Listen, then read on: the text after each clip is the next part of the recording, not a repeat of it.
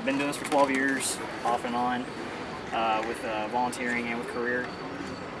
I work in a busy, pretty progressive department in Franklin, which is a suburb of Nashville. We stay fairly steady. We don't get a lot of fires, but I can tell you that Forcible Entry is something we've actually done quite a bit, even if it wasn't an active fire. We get a lot of medical calls. So we show up to a medical call before the EMS team gets there. We have an unconscious patient. We've had to force doors open. So don't think of this as just under fire conditions. Think of this as being utilized at any call you go to.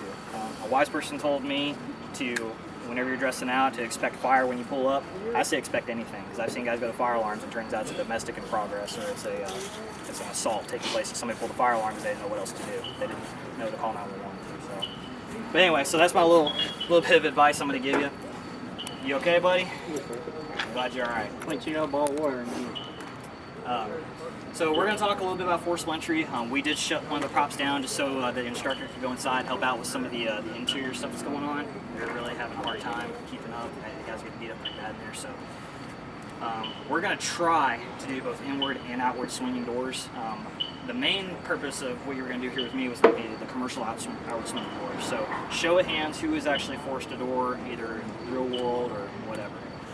Iraq. Simulated Iraq. So you were mule kicking the heck out, weren't you? Mule kick was your number one. Rams. Hey, that's what y'all had to use, and those were just sheet metal on not even 2x4s. It was probably slimmer than that.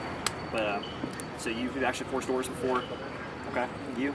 Never done before? All right. So guess what? You're gonna learn the basics today, and you're gonna semi-master it. Everything that I'm going to teach you is a tool for your toolbox. It's not the way to do it, it's a way to do it. So don't think, oh, well, this is the way Dustin said, and this is the way Andrew said, who's right? Don't say who's right, just say it's a way. It's just another thing you can do. So when we go up to a commercial building of any kind, do you guys have commercial structures in your first due areas? Maybe You got a few. Coleman. I've been to Coleman a few times, so I know you have a lot.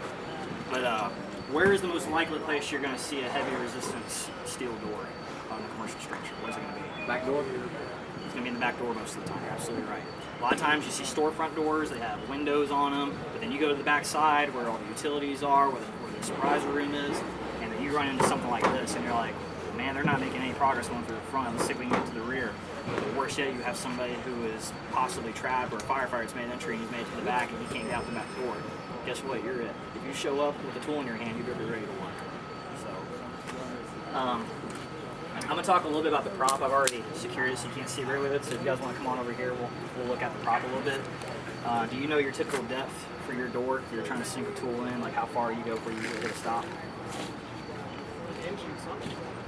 3/8 or something of that nature. We'll round up to 2 inches because today's doors, they are this entire door is probably about 3 or 4 inches thick, but we do have where the lock is between this space here, that's about 2 inches. So you only have to go 2 inches. If you want to sink the tool, sink the tool. If you notice already, this is a widely gapped door already, and we did that on purpose because we want you guys to get the technique down.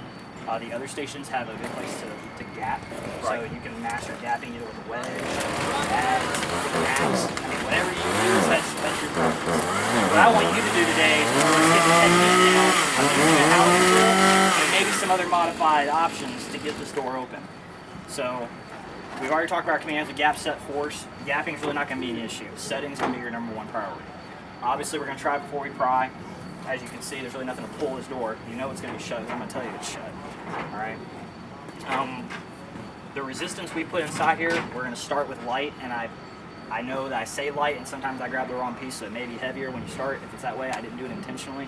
But we're going to start light, and we're going to go heavy, because your goal is going to be try to get the door by yourself, because everybody's been able to do it for the most part. Get the door by yourself, increase the resistance. Okay, now I need some assistance. Okay, but then we're going to take a step further, and then we're going to say, well, now you got 2 people in the bar and it still ain't moving. So what can we do? You know, and I know you probably, you're going to have your plan C's, your plan D's, and then you're going to go back probably to your plan A. So another big goal I want you to keep in your mind today is if this plan ain't working, don't waste time. Go immediately to plan B. All right? For this first evolution, light resistance, we're going to try our plan A with just 1 bar. Whichever bar you pick is up to you. I don't care. I prefer that you pick a bar that you're more likely going to use. So if you have a pro bar, grab it. If you don't have a pro bar and you have like a Maximus tool, you can use that too. That's fine. If you just want to try new tools, I'm okay with that. So it's fair game. Whatever you guys want to grab is all right. So my experience, guys, I won't challenge you unless you just absolutely want to. I will challenge you today. If you are comfortable, if you're not too spent from the roof prop, you've had plenty of time to rest, feel free to put your pack on and do this with the actual weight and with your fire gloves. In the real world, we're not showing up dressed like this. Right? We're going to be fully dressed out. We're going to have tools in our hands, have our gloves on, and ready to do battle. All right.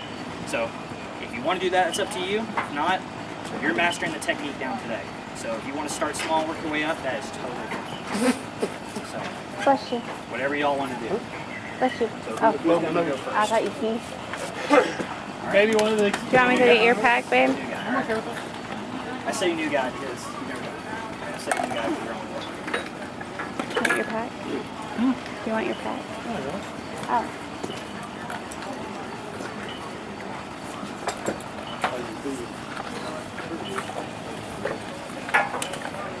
Color ain't got back yet.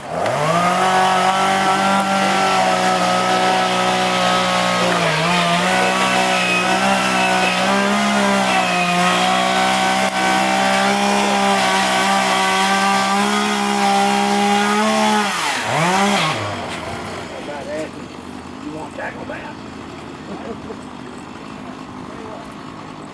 You're going full pack.